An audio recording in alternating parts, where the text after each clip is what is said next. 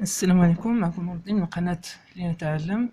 وأول فيديو إن شاء الله هو اللي غادي نشرحو فيه كيفاش نقدرو نحسبو a à la puissance n avec a une matrice appartenant à mn de r، يعني l'ensemble des matrices d'ordre n, l'ensemble des matrices carrées d'ordre n à coefficient dans r ou dans c ou dans c. Donc c'est la même méthode. Premièrement, le théorème de Cayley-Hamilton. Qu'est-ce qu'il dit? Il dit tout simplement que si A est une matrice d'ordre n à coefficient dans R ou dans C, et P1 de x égale le polynôme A0 plus A1x plus jusqu'à AN x à la puissance n, son polynôme caractéristique, alors la matrice A annule son polynôme caractéristique. La matrice A annule son polynôme caractéristique. هذا هو le théorème de Cayley-Hamilton. Maintenant, premièrement, كيفاش بدنا واحد الحاجة اللي خصنا نعرفوها هو إلا كان عندنا مثلا واحد البولينوم Q de x اللي égal par exemple A0 plus A1x plus jusqu'à AN x à la puissance n, كيفاش نقدروا نحسبوا Q de A avec Q de A avec A une matrice. هنا x c'est un nombre, هنا A c'est une matrice, donc Q de A appartient aussi à Mn de R. Q de A اللي هي الصورة ديال A بواسطة البولينوم Q حتى هي تعطيك une matrice. Alors comment calculer cette matrice? Q de A sera égal à A0, je note point et je laisse نخلي هاد البلاصة هادي خاوية حتى نرجعو ليها من بعد. A1 fois x نعوضها ب A, donc A1 fois A plus etc jusqu'à AN fois x à la puissance n. x نعوضها ب A اللي هي A à la puissance n. هنايا A0 ici A1 fois A ça donne une matrice appartenant à Mn de K, disons de K et K égale R ou C. Le coefficient غادي يعطيك une matrice qui appartient à Mn de K, K étant R ou C, alors que A0 est un nombre. Alors comment trouver une matrice à partir de ce nombre? Donc il faut le multiplier par la matrice identité I de n. I de n. وهاد la matrice identité I de n هي la matrice la diagonale ديالها ce sont des 1 et en dehors de la diagonale ce sont tous des 0. Tous des 0. Donc n lignes et n colonnes. Voilà. Donc دابا عرفنا كيفاش نحسبوا بعدا ولا كيفاش نابليكيو une fonction polynomiale à une matrice. Alors maintenant, PA de A égale 0. Comment on peut utiliser cette méthode-là, ou bien ce théorème-là, comment on peut l'utiliser pour calculer A à la puissance n? Donc أول حاجة بعدا نفترضوا بلي عندنا واحد مثلا donc ناخذ واحد المثال هو مثلا en cas particulier n égale 3 مثلا dans R3 ولا dans K3, donc dans R3 ou bien dans C3. يعني أن A va s'écrire comme ça, elle est la matrice carrée d'ordre 3 lignes, 3 colonnes. Et bien, PA de x, le polynôme caractéristique, est égal déterminant de A moins x fois IN est égal à x moins lambda 1, x moins lambda 2 jusqu'à x moins lambda n. Lambda 1, lambda 2 jusqu'à lambda n, ce sont les valeurs propres de la matrice A. Bien. D'abord, dans le cas particulier de n égale à 3, on aura h degré de PA de x est égal à 3. Alors, la méthode pour calculer A à la puissance n, c'est de faire la division euclidienne de x à la puissance n par PA de x. Cela entraîne x à la puissance n égale PA de x fois un certain polynôme qu'on notera Q de x plus un reste اللي هو نرمزو ليه ب R de x. فاش تنديرو la division euclidienne, la condition sur R, c'est que le degré de R de x doit être inférieur strictement au degré de PA de x.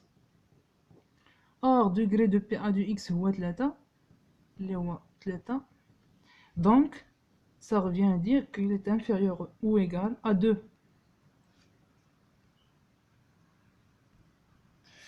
Donc, on peut écrire que x à la puissance n est égal à PA de x, Q de x, plus, par exemple, A, plus BX, plus CX au carré. Avec ça, c'est R de x. le reste. R de x. Alors, كيفاش غنحددو هاد A, B, C. ديجا بدات تبان لينا الفكره بانه ممكن نديرو هنايا نعوضو x ب a. دونك الا عوضنا x ب a, PA de a va s'annuler, Q de x ما شغلناش حنا Q de x ما نعرفوهاش, mais c'est pas très important car il va s'annuler quand PA de a va s'annuler, donc ce terme là va disparaître. اشنو غادي يبقى لينا a plus b fois a plus c fois a au carré. Donc a à la puissance n déjà بنت اللي بقى لينا نحددو هو a, b ou c. Comment on va déterminer a, b et c? C'est à partir des valeurs propres. Les valeurs propres. On sait que, donc soit par exemple, soit lambda 1, lambda 2, lambda 3, les valeurs propres de a, ce sont trois valeurs propres simples. Après on va voir le cas si par exemple si l'une des valeurs propres est double ou bien si l'une est triple. On va voir ça après. Maintenant on va supposer que lambda 1 est différent de lambda 2 et différent de lambda 3. Donc ce sont trois valeurs propres distinctes. Donc on va écrire que lambda 1 à la puissance n est égal à PA de lambda 1, Q de lambda 1, plus A plus B fois lambda 1 plus C fois lambda 1 au carré. Donc, et on sait bien que les valeurs propres annulent le polynôme caractéristique de A. Donc ce terme-là va disparaître. Qu'est-ce qui va rester? A plus B lambda 1 plus C lambda 1 au carré. De même pour lambda 2 à la puissance n égale A plus B fois lambda 2 plus C lambda 2 au carré, etc. Lambda 3 aussi à la puissance n est égal A plus B lambda 2 plus C lambda 3 au carré. Non, lambda 3 au carré. Et puis, on détermine A, B et C. Après ça, on dit la formule à dire on de x A. A à la puissance n est égal PA de A, Q de A, plus H A fois I3. Et là, I3 est خدامين في M3 de K. يعني l'ensemble des matrices carrées d'ordre 3 à coefficient dans K, c'est-à-dire dans R ou dans C. Donc A fois I3 plus B fois A plus C fois A au carré. Donc la formule est A à la puissance n égale A fois I3 plus B fois A plus C fois A au carré. Donc il reste à calculer. Donc on va déterminer A et B, C. Donc A au carré, il faut la calculer puis faire la somme. Voilà. Maintenant, dans le cas, par exemple, ici, lambda 1 est simple et lambda 2 double. Donc, si l'une des valeurs propres est double, le polynôme caractéristique PA de x va s'écrire x moins lambda 1, x moins lambda 2 au carré. Dans ce cas, qu'est-ce qu'il faut faire? Donc, pour apparaître, donc il faut savoir si lambda 2 est double, alors PA de lambda 2 égale PA prime de lambda 2, il est égal.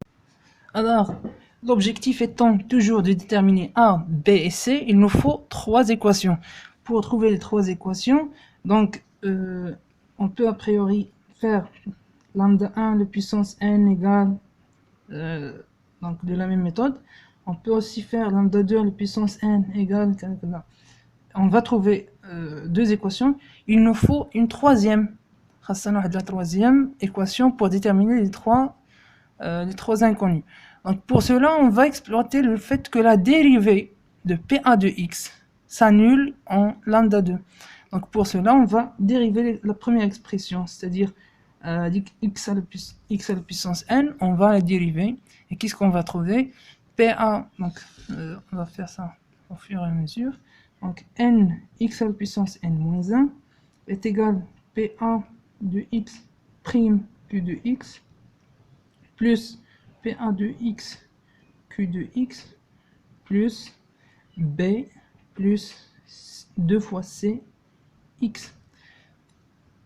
Donc de la même manière, on va remplacer x par lambda 2 puisque PA' de lambda 2 va s'annuler, on va trouver h n lambda 2 à la puissance n moins 1 est égal, donc ces deux termes là vont s'annuler et il reste b plus 2 fois c fois lambda 2.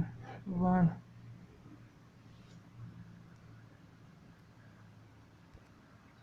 Voilà, donc on a trouvé trois équations qui permettront de déterminer A, B et C et de calculer A à la puissance n de la même manière. Maintenant, on va voir le cas si, par exemple, si A admet une seule valeur propre triple, c'est-à-dire que PA de x va s'écrire x moins lambda à la puissance 3. Bien, dans ce cas, on a tout d'abord la première méthode, donc la première équation à partir de lambda à la puissance n va donner a plus b fois lambda plus c lambda au carré. La deuxième méthode va nous donner n lambda à la puissance n moins 1 égale b plus 2 fois c lambda.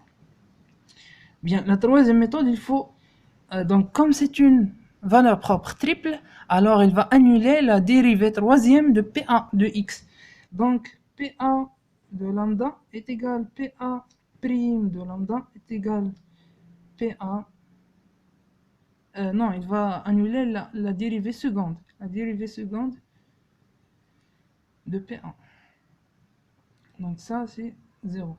Donc il faut dériver cette expression-là. Il faut redériver cette expression-là encore une troisième fois.